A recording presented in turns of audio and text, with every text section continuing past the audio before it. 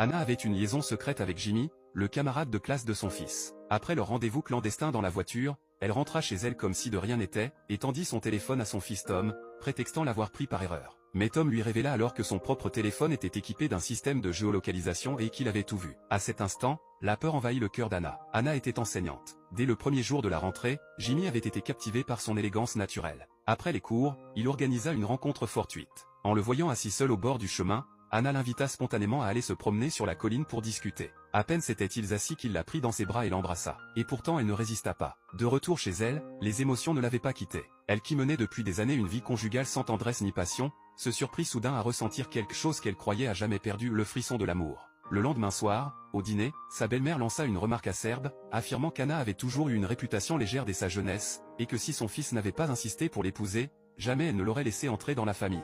Anna, blessée dans sa dignité, répondit qu'elle avait tout donné pour cette maison, puis se leva et quitta les lieux, la rage au ventre. De retour chez elle, l'amertume l'étouffait. 20 ans de sacrifice, et pas un seul mot de reconnaissance. Alors, elle prit une décision audacieuse. Profitant d'un moment d'inattention de son fils, elle échangea discrètement les deux téléphones, puis quitta précipitamment la maison. Une fois en voiture, elle contacta Jimmy depuis l'appareil de Tom pour lui fixer un rendez-vous. Elle le retrouva, et ensemble ils prirent la route vers les montagnes Huangshan, aux alentours. C'est là que se déroula la scène du début du récit. À son retour, son mari l'interrogea froidement, avec qui était-elle? Anna mentit, disant qu'elle était allée en montagne avec une amie. Le lendemain, elle se rendit chez cette amie pour lui demander de couvrir son histoire. Mais celle-ci refusa net, elle ne voulait pas s'attirer d'ennui. Acculée, Anna retrouva Jimmy pour lui demander de ne plus jamais la contacter. Elle n'attendit pas sa réponse et s'en alla aussitôt. Mais à peine rentrée, un message de Jimmy l'attendait, si elle ne voulait pas que sa famille apprenne tout, elle avait intérêt à venir s'expliquer. Sans autre choix, Anna se rendit chez lui. Elle lui dit qu'il ne pouvait pas continuer à s'enliser ainsi. Mais Jimmy la repoussa brusquement et tenta de la contraindre à une nouvelle étreinte. Dans un élan de panique, Anna attrapa une bouteille sur la table et l'assomma,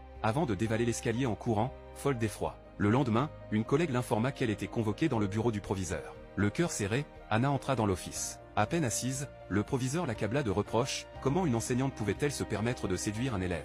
Il exigea qu'elle remette immédiatement sa démission. À peine rentrée chez elle, la police la contacta, un incident avait eu lieu en montagne, elle devait s'y rendre sans tarder. Sur place, elle trouva Jimmy debout au bord d'une falaise. Il raconta tout ce qui s'était passé entre eux, puis exigea qu'Anna s'agenouille devant son mari pour implorer son pardon, sinon, il sauterait. Anéantie, Anna n'avait plus d'autre choix que de s'exécuter.